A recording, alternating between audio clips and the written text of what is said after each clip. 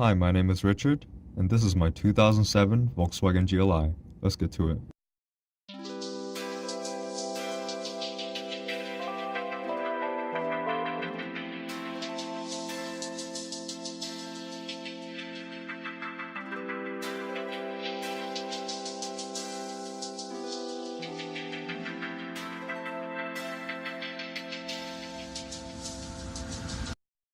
So you might be wondering, what is a GLI?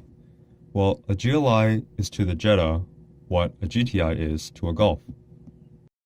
The 2007 GLI is powered by a 2-liter inline 4-cylinder engine, turbocharged by the Borg-Warner K03, producing 197 horsepower at 5,500 RPM and 207 pound-feet of torque at 1,800 RPM. With a 6,500 RPM redline and mated to a 6-speed manual transmission, you can expect 0 to 60 miles per hour in about 6.5 seconds and a quarter mile in the lowest speeds. Let's take a look in the inside.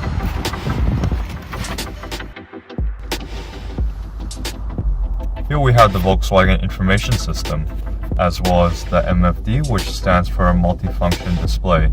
Shows real-time fuel economy, trip fuel economy, distance to empty, distance of trip, average speed of trip, speed warning, which you can set, length of trip, and this is all controlled by these buttons on the steering wheel here. And speaking of the steering wheel, this is a very nice multifunction leather-wrapped steering wheel. Flat bottom that you see in a nicer car like an Audi A3, with the GLI accenting here, very nice.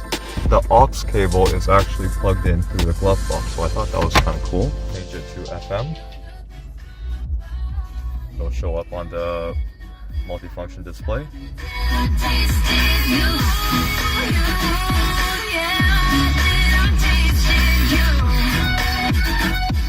Equalizer control there, and it actually shows your volume setting, but you can also control it via this button here. Press the menu button one more time and you get into your settings.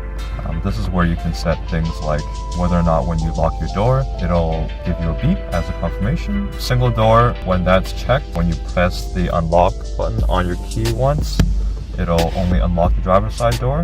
Turn it off and it'll unlock all the doors. Auto close, when it gets up past 20 kilometers an hour, it'll automatically lock the doors. And with auto open, when I remove the key, it'll also unlock the doors. So if I lock the doors right now, when I remove the key, it'll unlock the doors.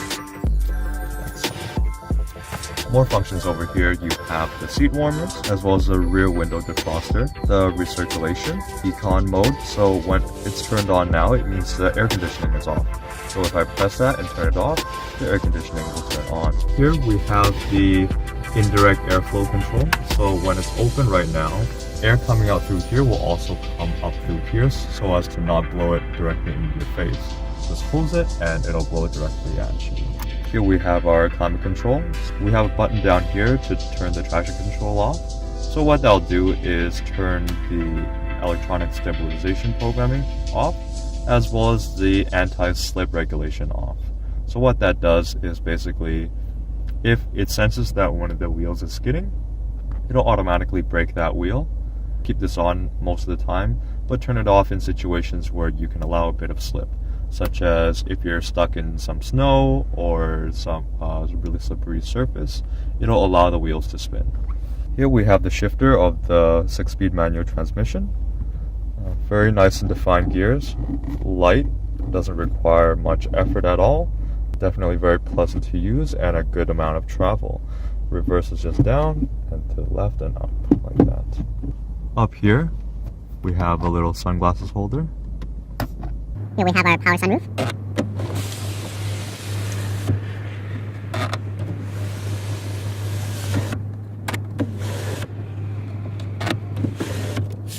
A dial that controls our headlights, like that. And if you want the fog lights, just pull it out and it'll turn on the fog lights. This dial will control the brightness of the interior lighting. Cruise control, our intermittent wipers.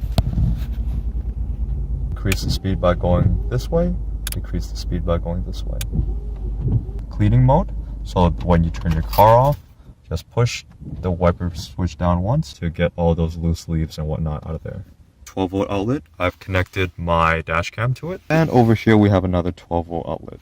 The front cloth bucket seats have this very nice plaid pattern to it. It's very nice and supportive and firm, but not uncomfortable at all. On the side here, we have controls for adjusting the seats. Height adjustment. I like to have it all the way down because I like a low seating position. Adjust the rake. Here's a look at the back. Ample room for 3 average size adults. The seats also fold down to access the huge 16 cubic feet trunk, bigger than the 14 cubic feet trunk found in the Honda Accord of the same year. But how does the GLI stack up against its competitors? So in a comparison test in 2006 done by Car and Driver, the Volkswagen GLI went up against cars such as the Pontiac G6 GTP, the Mazda Speed 6, the Acura TSX, and the Honda Accord EXV6. So 2 10 best winners in there, and it ended up coming first out of the 5 cars. The Volkswagen GLI didn't win any 10 best awards. So why did the Honda and the Acura lose to this car?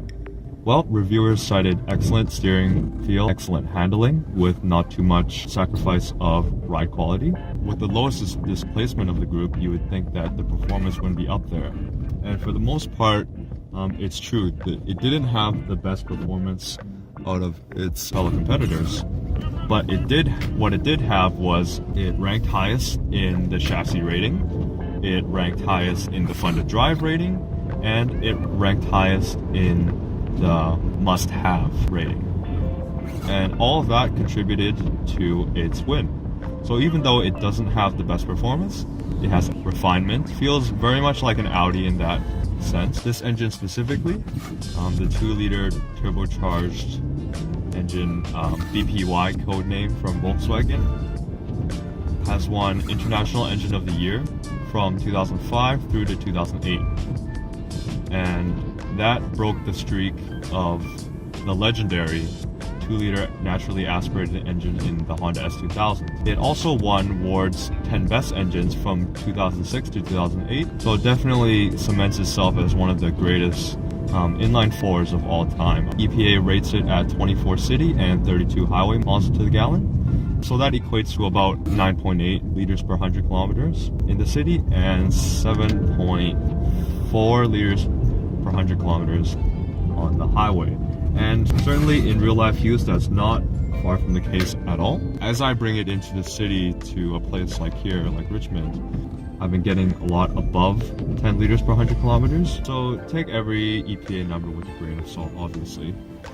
But, I mean, I can't really complain when in Calgary, more like around 8 to 9 liters per 100 kilometers. Although it's relatively quiet at idle and even at highway cruising speeds, when you put your foot down, you really get a sense of easily you can activate the traction control. And it sounds very nice, very sporty, but again, not raucous. So overall, it's just a very civilized yet versatile car. Now, with all this versatility, you do have some drawbacks. One is you don't get the really high-powered engine as you would in, say, a Golf R or a Subaru WRX. Also, you don't get as much driving feel out of it. It feels a little bit too Audi-like, a little bit too comfortable. Maybe could use a little bit more driving feel and feedback. Generally feels a little bit big and heavy. Depends if you like that or not. Overall, a sweet daily driver in my opinion, but also with the fuel economy and practicality to take it around town. And there you have it. This has been an overview of the Volkswagen GLI.